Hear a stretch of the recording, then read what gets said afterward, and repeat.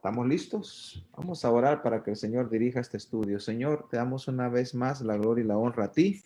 Gracias por la bendición que nos permite de estudiar tu palabra. Señor, dirige mis labios. Señor, que todo lo que sea expresado aquí sea, Señor, dirigido por tu Espíritu Santo. Y que podamos, Señor, retener tu palabra y aprender en el nombre de Jesús. Amén. En el capítulo 51 encontramos unas palabras de consuelo para Sión. ¿Quién es Sión? Usted podría responderme o responderse allá en casa, pero cuando hablamos de Sión, Sión está en el cielo, le voy a dar esta información. Sión es lo mismo que decir Jerusalén. Sión es el monte donde Jerusalén está situada. Así que no es un lugar en el seno de Abraham o en el tercer cielo, no. Sión es un monte y así es llamada Jerusalén, Sión, porque el rey David vino y estableció su reinado en el monte de Sión. Ahí edificó la ciudad de Jerusalén y por eso cuando se menciona en el libro de Apocalipsis especialmente y en los libros proféticos como este, Sión, se está refiriéndose a Jerusalén. Y ahí dice, mire, capítulo 51.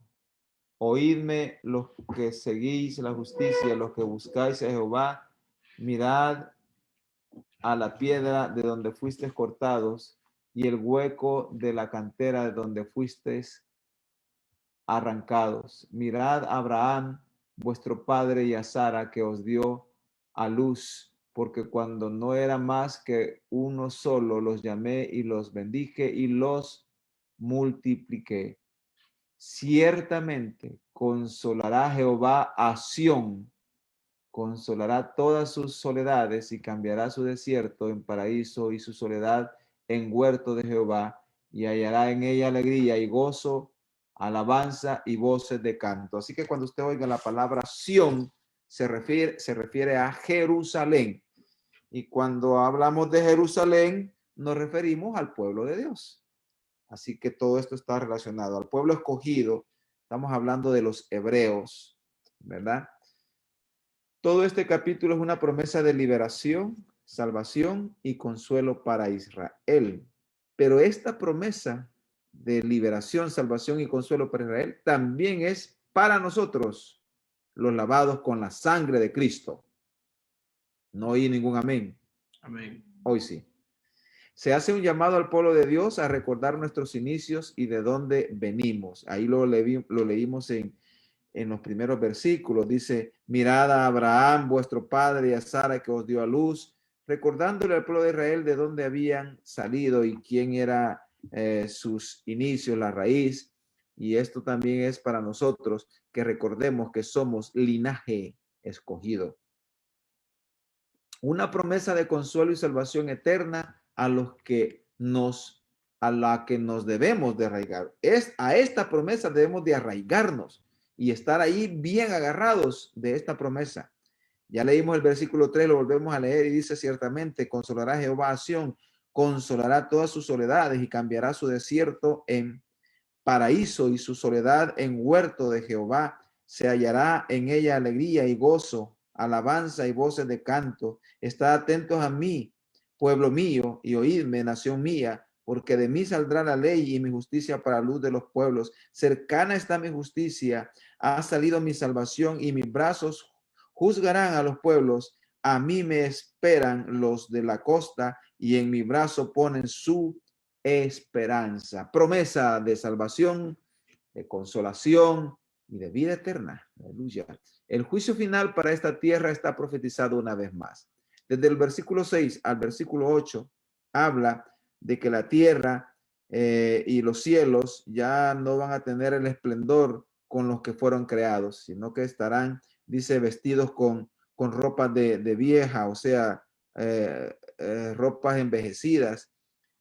Así lo dice el versículo 6 hasta el versículo 8.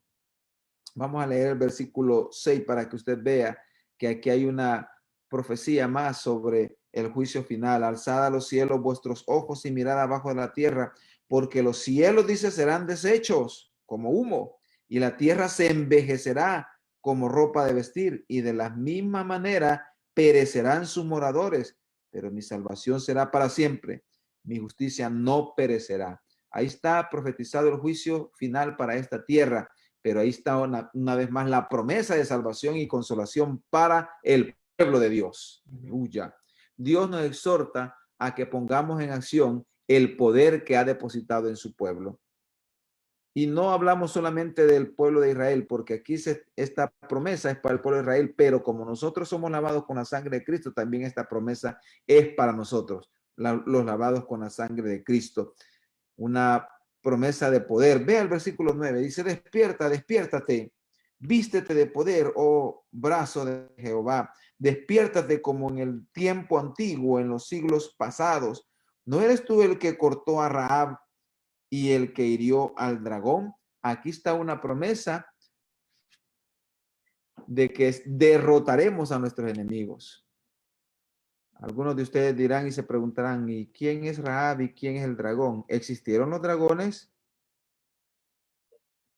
Hay indicios de que sí existieron estas bestias o estos monstruos. La Biblia habla de los monstruos marinos, habla de monstruos voladores, pero solo habla, no menciona alguna especie. Aquí menciona un dragón.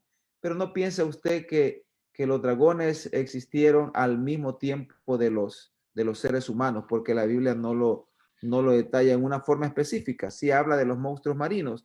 Ahora, cuando nosotros leemos esta parte, al irnos a la interpretación, porque más adelante dice, hablando de este dragón y de Rahab, dice, ¿no eres tú el que secó el mar, las aguas del gran abismo, el que transformó en camino las profundidades del mar para que pasaran los redimidos?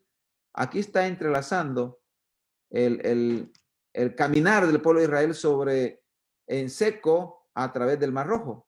Entonces, ¿quién es Rahab y quién es el dragón? El Rahab prácticamente es Egipto, que en ese tiempo era el terror, no solamente para los hebreos que eran cautivos en Egipto, sino que para todo el mundo. Egipto estaba en su esplendor. Y el dragón se refiere a Faraón. Entonces, no piense usted que era un dragón volador, ¿verdad? El que se amarró. La Biblia no declara ninguna de esas cosas. Habla de la derrota de los enemigos del pueblo de Dios. Israel retornará a Israel. Versículo 11, vea lo que dice el versículo 11, y esto lo cantamos. Ciertamente volverán los redimidos de Jehová. Conmigo.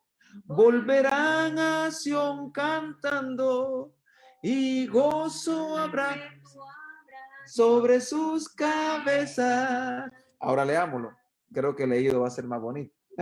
Dice, ciertamente volverán los redimidos de Jehová, volverán a Sión cantando y gozo perpetuo habrá sobre sus cabezas. Tendrán gozo y alegría y el dolor y el gemido huirán.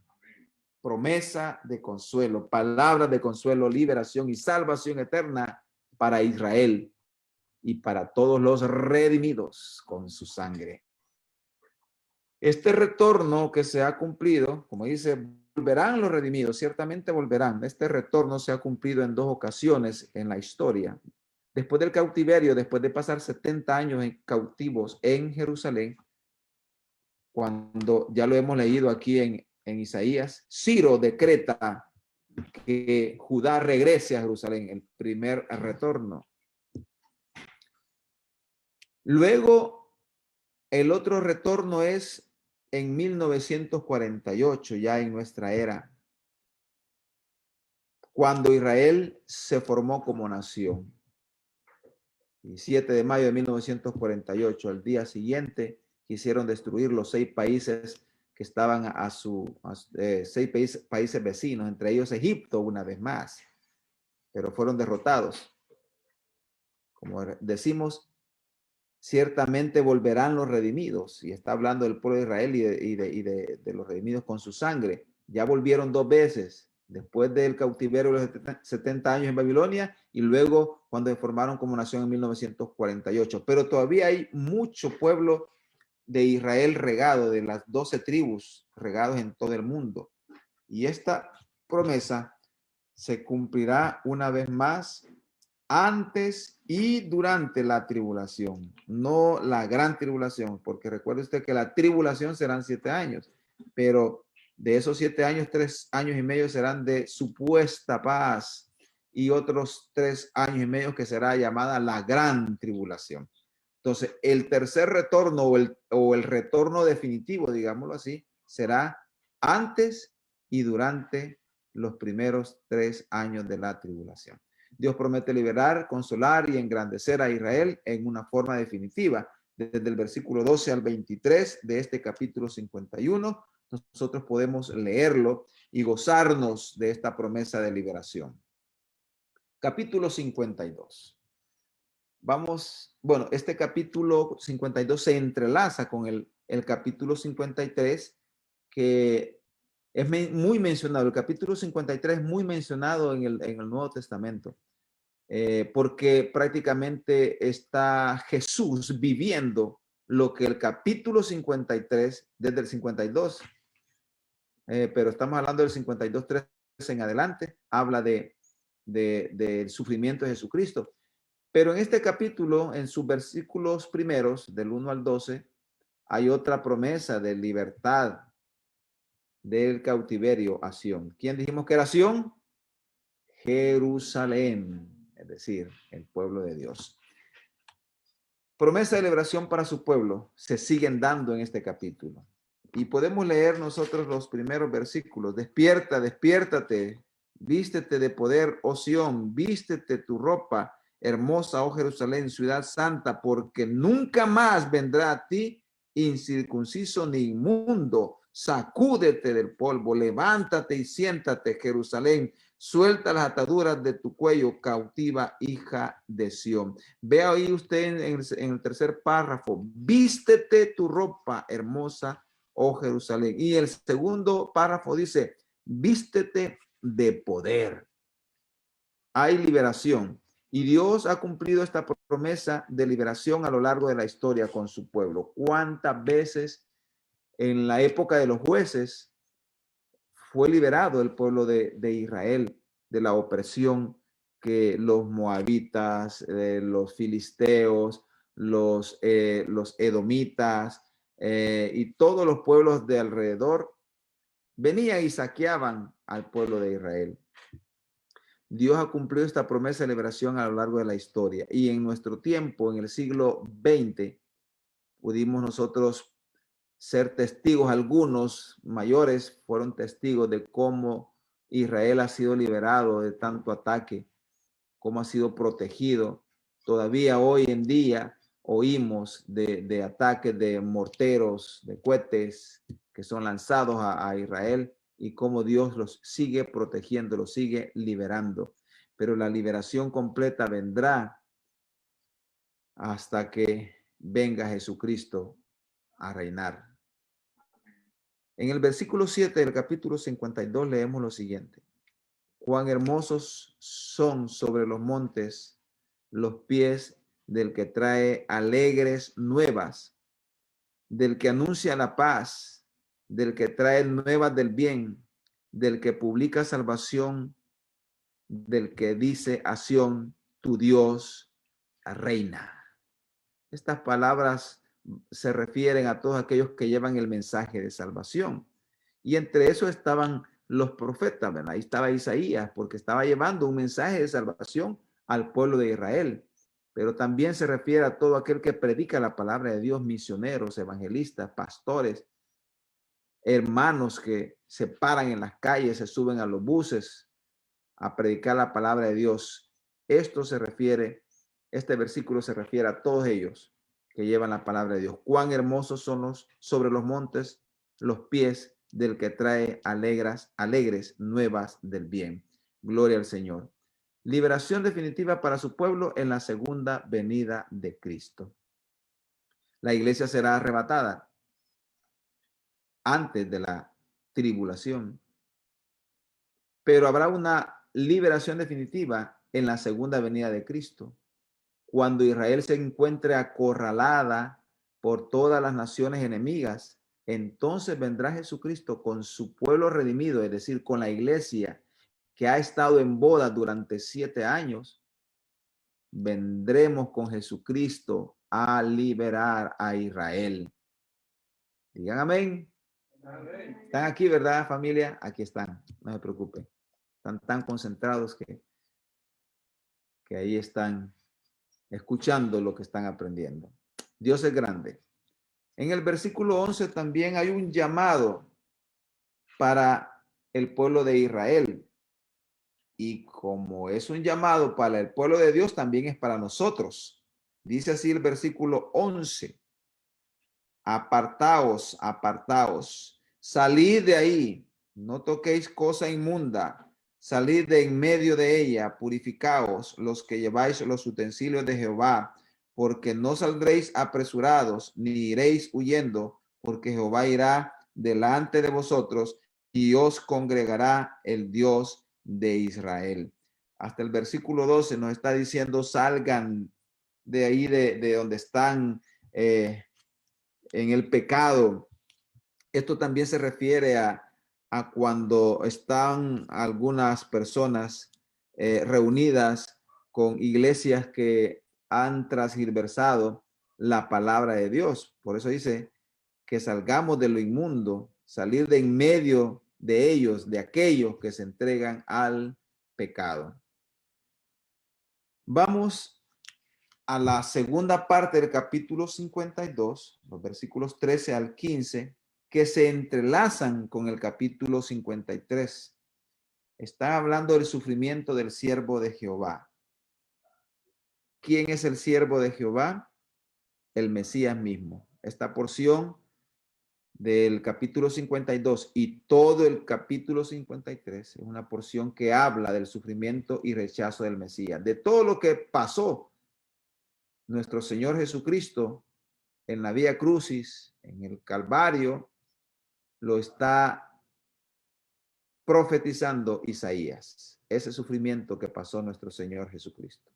Isaías predice que mediante su sufrimiento también muchos serían perdonados, justificados, redimidos y sanados. Es decir, por su sangre, ahora nosotros somos limpios, somos perdonados, somos redimidos, somos sanados.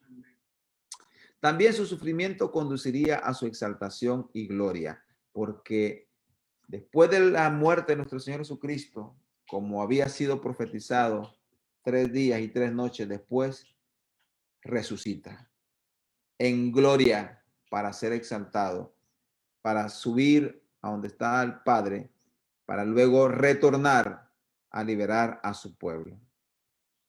Veamos el sufrimiento del Mesías como lo detalla Isaías. Vea usted estas 3 partes. Vamos a leer algunas porciones en el Nuevo y en el Antiguo Testamento. Dice que su parecer fue desfigurado. Ahí lo dice en el 52:14. Como se asombraron de ti muchos de tal manera que fue desfigurado de los hombres su parecer y su hermosura más que la de los hijos de los hombres. En el Salmo 22, 6 al 8, habla de esto. Salmo 22, del 6 al 8. Vea lo que dice el Salmo 22, versículo 6. Si está hojeando conmigo, amén. Dice, mas yo soy gusano y no hombre, oprobio de los hombres y despreciado del pueblo. Todos los que me ven me escarnecen, estiran la boca, menean la cabeza, diciendo, se encomendó a Jehová, líbrele él, sálvele, pues que en él se complacía. Hablando del Mesías, todo su parecer fue desfigurado. El otro sufrimiento, sin atractivo para que le deseemos, 53:2, subirá cual renuevo delante de él y como raíz de tierra seca. No hay parecer en él, ni hermosura. Le veremos más sin atractivo para que le deseemos. En otras palabras, tanto era el sufrimiento que toda su hermosura, todo su parecer se desfiguró sin atractivo alguno. Y ahí podemos nosotros leer en Lucas 22:24. Dice de la siguiente manera: hubo también entre ellos una disputa sobre quién de ellos sería el mayor. Pero él les dijo: los reyes de las naciones se enseñarán de ellas, y los que sobre ellas tienen autoridad son llamados bienhechores. Mas no así vosotros, sino ser mayor entre vosotros como el más joven, y el que dirige como el que sirve. Porque ¿cuál es mayor, el que se sienta a la mesa o el que sirve? ¿No es el que se sienta a la mesa? Mas yo estoy entre vosotros como el que sirve. Pero vosotros sois los que habéis permanecido conmigo en mis pruebas. Yo pues asigno un reino, como mi Padre me lo asignó a mí, para que comáis y bebáis mi mesa en mi reino. En otras palabras, un siervo no tenía atractivo alguno. ¿Quién era mayor? El Señor. Pero él prácticamente fue un siervo, alguien sin atractivo. En el 53:3 dice: despreciado y desechado entre los hombres. Otro sufrimiento que duele que lo desprecien a uno, ¿verdad? ¿Están conmigo? ¿Están viendo su celular? Lo estoy observando aquí a mi familia. Y él fue despreciado y desechado por causa nuestra. Podemos ver también varón de dolores en 53:3. Dice: varón de dolores, experimentado en quebranto, y como que escondimos de él el rostro, fue menospreciado y no le estimamos. En el 53:4, ciertamente llevó él nuestras enfermedades y sufrió nuestros dolores, y nosotros le tuvimos por azotado, por herido de Dios y abatido. Herido por nuestras rebeliones. Versículo 5. Mas el herido fue por nuestras rebeliones, molido por nuestros pecados, y el castigo de nuestra paz fue sobre él, y por su llaga fuimos nosotros curados. Si nos vamos al Salmo 22:16, encontramos ahí una vez más esta porción que desde el tiempo del salmista se está profetizando. 22:16 dice de la siguiente manera: porque perros me han rodeado, me ha cercado cuadrilla de malignos, horadaron mis manos y mis pies, es decir, las rasgaron, las hirieron. Eso significa la palabra horadar. Y por su llaga fuimos nosotros curados. Ahí lo podemos ver en 1 Corintios 12:9, cuando Jesucristo mismo sufrió por nosotros. Dice así el 12:9 de 1 Corintios: y me ha dicho, bástate mi gracia, porque mi poder se perfecciona en la debilidad. Por tanto, de buena gana me lo haré más bien en mis debilidades, para que repose sobre mí el poder de Cristo. Está refiriéndose al hecho de que con la gracia del Señor, por su llaga, que le sea suficiente a Pablo en ese momento de angustia que estaba pasando Pablo.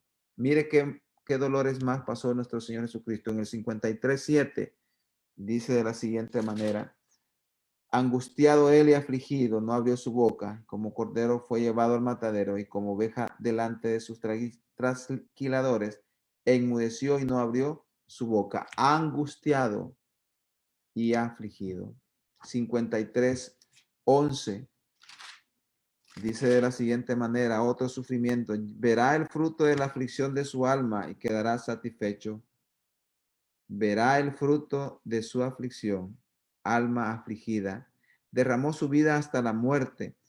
Versículo 12 del capítulo 53. Por tanto, yo le daré parte con los grandes, y con los fuertes repartirá despojos, por cuanto derramó su vida hasta la muerte y fue contado con los pecadores, habiendo él llevado el pecado de muchos y orado por los transgresores. El sufrimiento de nuestro Señor Jesucristo, sufrimiento que nosotros teníamos que pasar. Jehová quiso quebrantarlo, Era la voluntad de Dios que su Hijo fuera a la cruz para perdón de pecados de la humanidad. Así lo dice el 53:10 y lo leemos. Si usted tiene ahí la Biblia, 53:10 dice: con todo esto Jehová quiso quebrantarlo, sujetándole a padecimiento. Cuando haya puesto su vida en expiación por el pecado, verá linaje, vivirá por largos días, y la voluntad de Jehová será en su mano prosperada. Ya hablando del milenio, ahí va a reinar nuestro Señor Jesucristo. Será la recompensa por haber ido a la muerte y muerte de cruz. Dios promete recompensar a Cristo por su muerte expiatoria, lo acabamos de leer en el versículo 12. En su agonía en la cruz, aún ahí, Jesús intercede por los pecadores. Usted recuerda esas palabras del Señor Jesucristo: Señor, no les tomes en cuenta este pecado. Mi amado hermano, Jesucristo es exaltado y debemos de agradecerle con nuestras acciones, con nuestra forma de ser, agradecerle por ese sacrificio en la cruz del Calvario. A Él sea la gloria por siempre. Te adoramos, Señor. Gracias por la bendición que nos da, Señor, de poder haber estudiado tu palabra. Gracias, Señor, por haber mandado a Jesucristo, tu Hijo, a la cruz. Gracias, Jesucristo, por dar tu vida en la cruz, por llevar todo este sufrimiento. Y ahora podemos nosotros acceder a la vida eterna por ese sacrificio. Hacemos nuestro ese sacrificio y reconocemos que como tú no hay nadie, Señor.